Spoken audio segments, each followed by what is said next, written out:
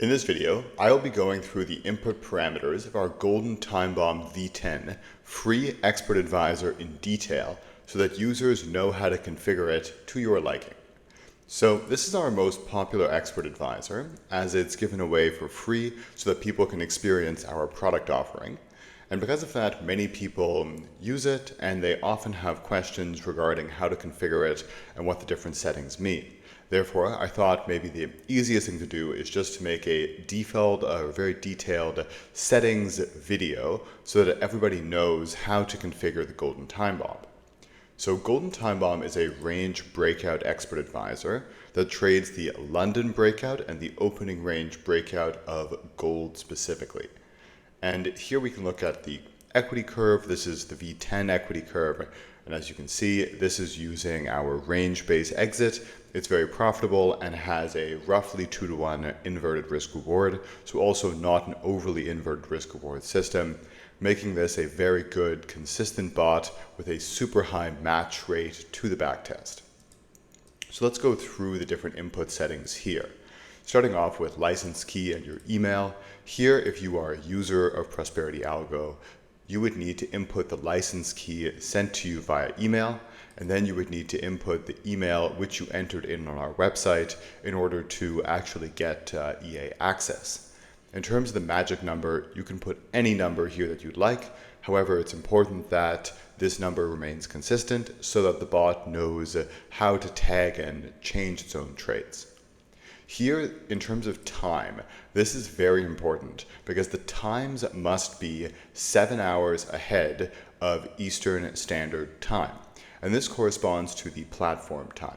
So if you look up here at the market watch symbol and the market watch time, this is usually 7 hours ahead of the New York time zone.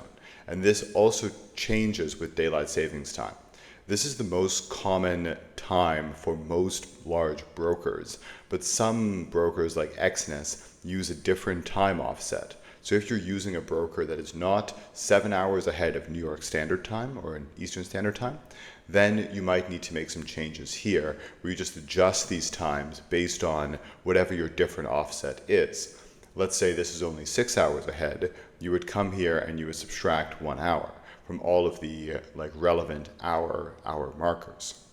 And now here we can move to the risk management section, and really there's two different options here. You can use percent balance risk per trade USD only.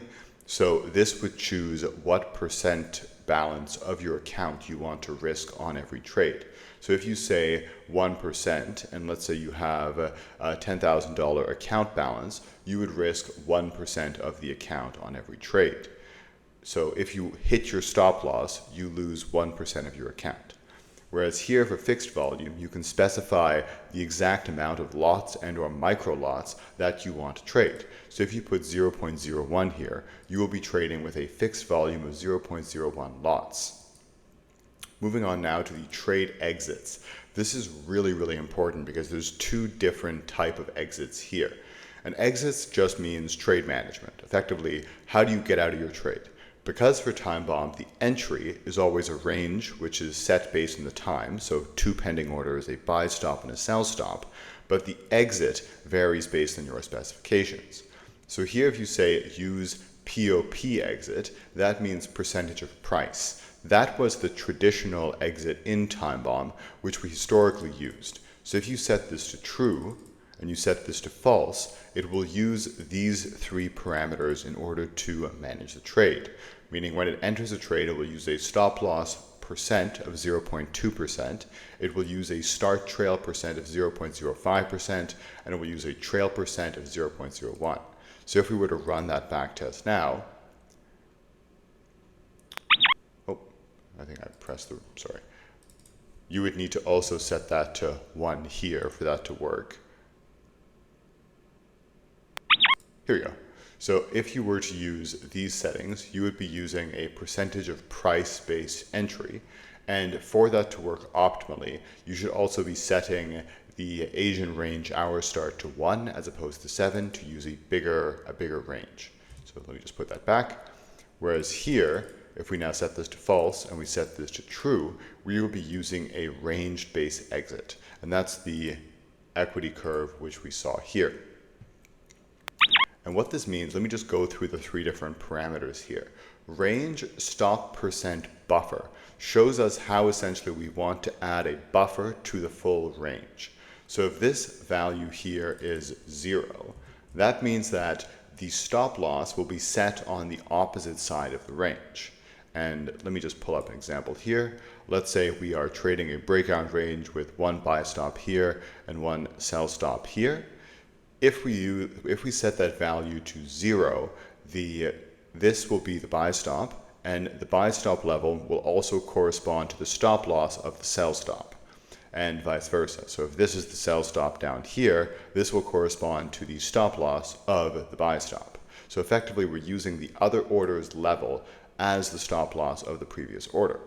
So here, if we set that to 0, I can run a quick back test as well, and you can see that it gives us more of a scalping style equity curve with a significantly inverted risk reward. But I have found here that if we say, hey, range stop percent buffer is 50, that means that we will add a buffer which is equivalent to 50% of the range. So we're essentially cutting that in half. And if you were to make this 70, you're setting a buffer of 70% of the range, meaning your stop loss is getting smaller. So effectively, the bigger this number is, up to 100%, your stop loss is getting smaller and smaller every single time. Moving to start trail range percent. The start trail range percent is, as the name would suggest, we look at the size of the range, and let's say it's 0.2%. We multiply it by this percent, and that's when your trailing stop loss will activate. So that would be effectively that. And trail range percent is the percent of the range by which we trail the actual order. So if we say 5%, it means you would take the size of the range, multiply it by 5%, and that's how close, effectively, your order is following price as the trailing stop loss activates. Moving on here to some filters, we have max spread of 0.15. Typically, I recommend that people set this to 0.25, as it enables you to trade when your broker's spreads are not razor thin. Here you also have the London breakout and the New York breakout. You can set them to true or false. So if you only want to trade during one of the two sessions, you can toggle one on or off. And now we also have the ability to turn off all long trades and or turn off all short trades. So let's say you want to use this setup, but you only want to go long because you want to trade gold when it's long. This is roughly what your equity curve would look like. So you are able to have a plethora of options here, and you can continuously just modify them for your settings. So this is really like the guide of how all of these settings work for the free version.